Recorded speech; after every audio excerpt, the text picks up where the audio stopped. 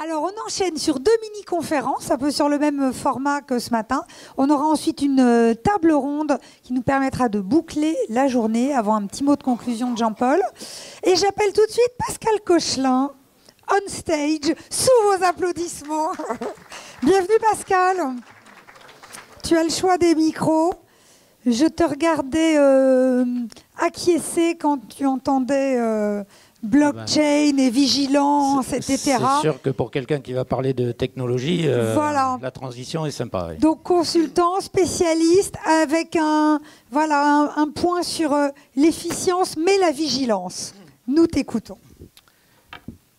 Tout le monde vous le dira. Un petit pot de miel pour Pascal. C'est ça. Excusez-moi. Non, ça va aller, ça va aller. Donc, tout le monde vous le dira, la numérisation de l'agriculture, c'est de meilleurs revenus, un environnement préservé et un confort de travail inégalé pour les agriculteurs. Meilleurs revenus parce que l'informatique a cette capacité extraordinaire à s'occuper des détails en n'oubliant rien, ce qui permet d'améliorer sans cesse les pratiques. C'était déjà le cas avec les applications actuelles, les logiciels actuels. Ça sera encore plus vrai demain avec l'intelligence artificielle. Environnement préservé, car la quantité de données collectables en plaine et dans les élevages est telle que ça permet d'adapter les apports aux besoins précis de chaque plante et de chaque animal. On parle là de big data agricole. Confort de travail enfin par la robotisation des tâches pénibles ou répétitives. Alors, il ne faut pas l'oublier, la numérisation de l'agriculture a commencé il y a longtemps avec l'avènement des logiciels spécialisés, logiciels de gestion, logiciels techniques. La robotisation aussi, enfin je devrais dire les robotisations aussi ont commencé il y a plus de 10 ans. Ce qui change aujourd'hui, c'est l'arrivée massive de technologies orientées sur la collecte et l'interprétation automatique des données. Autrement dit, fini la saisie manuelle. Alors, ces technologies sont variées, elles sont connues de tous, même si tout le monde ne sait pas qu'elles sont utilisées en agriculture. Hein, je pense au GPS, aux drones, aux satellites. Et bien sûr, au triptyque magique, qui fait lien avec l'introduction de tout à l'heure, blockchain, intelligence artificielle, robotique. La robotique, tout le monde voit ce que c'est. L'intelligence artificielle donne aux ordinateurs des capacités de déduction et de décision. Quant à la blockchain, je reviendrai dessus un peu plus loin. La numérisation de l'agriculture, c'est aussi la possibilité de profiter d'une tendance de fond, l'intermédiation. Ça ne surprendra personne au sein de ce Co-Farming Fest. Cette tendance de fond donc, qui met en relation des producteurs de biens, de services, d'expertise avec des consommateurs, donc professionnels ou particuliers, est une utilisation très utile de la numérisation en agriculture. Elle met en jeu ce que j'appelle des intermédiaires transparents, qui sont des entreprises dont la mission est la mise en relation et l'établissement d'un cadre de confiance pour les échanges.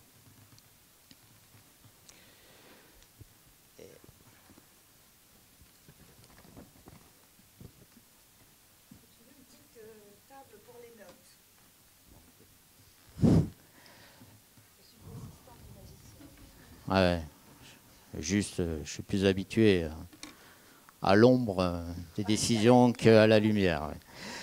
Donc, les entreprises, donc les intermédiaires transparents, utilisent simplement la capacité du numérique à rapprocher des personnes qui ont des préoccupations communes, mais qui sont distantes, qui sont éloignées géographiquement. Focalisons-nous maintenant sur les évolutions techniques. de cette intermédiation. J'en vois 3 à moyen terme. D'abord, la fourniture de pièces spécifiques. Alors, se fournir en pièces, objets physiques, au travers d'un processus virtuel peut paraître étrange. N'oublions pas ici que l'impression 3D fait déjà des miracles sur des pièces en plastique, en béton, en métal. Se fournir en pièces détachées spécifiques pour un matériel agricole serait déjà d'ores et déjà possible. Mieux, concevoir son propre bâtiment annexe sera plus facile et moins cher. Avec un nouveau métier à la clé, prestataire d'impression 3D. La deuxième évolution,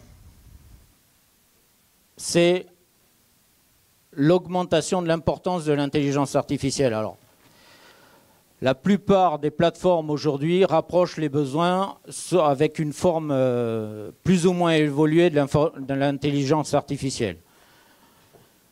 Il faut avoir en tête que Google Brain, qui est un des spécialistes en la matière, estime encore à 20 ans de travaux pour arriver à obtenir le plein potentiel de l'intelligence artificielle.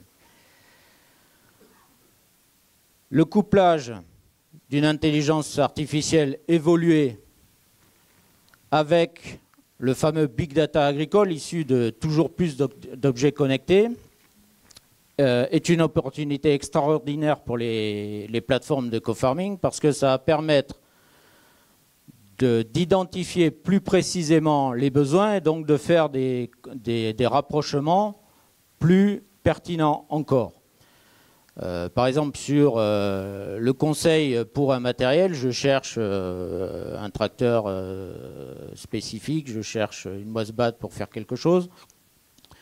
La plateforme, en couplant intelligence artificielle et données locales, précises, va pouvoir me conseiller un matériel en fonction des conditions météo à venir, des conditions de sol, des conditions de pente, voire des coûts de transport dans mon exploitation. Alors, elle pourra aussi, cette intelligence artificielle, rapprocher les pratiques détaillées pour suggérer des prises de contact entre agriculteurs, pour échanger des expertises. Alors, si l'arrivée de l'impression 3D de l'intelligence artificielle, enfin le développement de l'intelligence artificielle va avoir un impact significatif, la troisième évolution tient plutôt de la révolution. La révolution dans les esprits, pas la révolution technique, c'est la blockchain. Alors la blockchain, on en parlait tout à l'heure, tout le monde en a plus ou moins entendu parler. C'est une technologie qui permet de fiabiliser les échanges, tout type d'échange. Son utilisation la plus connue, c'est le Bitcoin. Le Bitcoin, c'est une crypto-monnaie, donc une monnaie virtuelle, qui utilise la blockchain pour stocker les portefeuilles de tous les possesseurs de Bitcoin.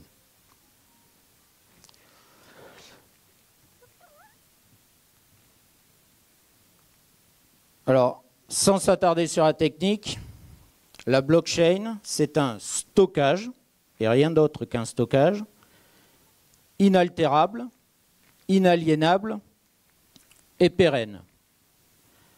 C'est-à-dire que, en synthétisant, tout ce qui est mis dans une blockchain, il reste en l'état. Alors, une des premières applications de la blockchain pourra, ça va dépendre d'autres éléments que la technique, être la traçabilité d'un produit au cours de la chaîne de valeur, en agriculture particulièrement. En quoi la blockchain peut-elle être utile au co-farming? Tout simplement parce qu'elle permet la signature de documents qui normalement nécessitent la médiation d'un tiers de confiance, un expert comptable, un notaire. C'est alors la blockchain qui va servir de tiers de confiance. Le contrat, par exemple, va être crypté, intégré dans un bloc, mis dans la blockchain, ce qui garantira son intégrité dans le temps. Alors, complémentaire de la blockchain, vous avez peut-être entendu parler des smart contracts. Alors, c'est quoi un smart contract? Un smart contract, c'est la transcription numérique d'un accord. Et ce smart contract va déclencher l'accord quand les conditions seront réunies. Alors dit comme ça, je pense que j'ai perdu la moitié de la salle, c'est un peu compliqué. Donc, juste un exemple concret. Un agriculteur loue une moissonneuse-batteuse au travers d'une plateforme de co-farming. Hasard, hein, l'exemple. Il la loue pour quelques jours. Aujourd'hui, il va louer à un prix à la journée. Avec le smart contract, le prix pourra être constitué d'une partie fixe et d'une partie variable en fonction de l'utilisation réelle. C'est la moissonneuse qui enverra directement l'information au smart contract pour dire voilà, j'ai été utilisé tant d'heures. Et donc le smart contract va déclencher la facturation en fonction des éléments qu'on lui a donnés, c'est-à-dire le prix fixe et le nombre d'heures que lui a communiqué la moissonneuse. Donc du coup, on sera au plus proche du coût réel, à la fois pour le loueur et pour le locataire.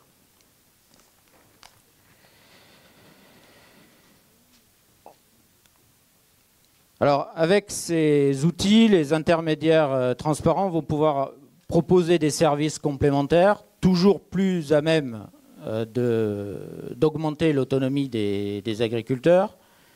Alors, il faut bien le dire, hein, nous sommes en plein hype, c'est-à-dire que beaucoup de monde parle des technologies dont je viens de vous parler et bien peu, finalement, ont des solutions réellement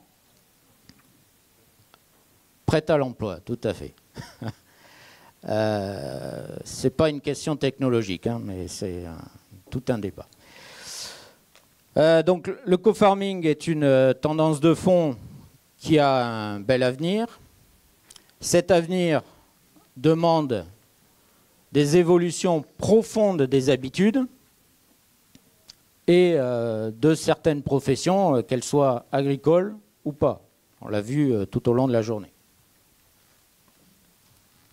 Alors, en plus des aspects technologiques, l'arrivée des millennials, donc la fameuse génération Y, à la tête des exploitations agricoles, va accélérer l'adoption du co-farming. Pourquoi?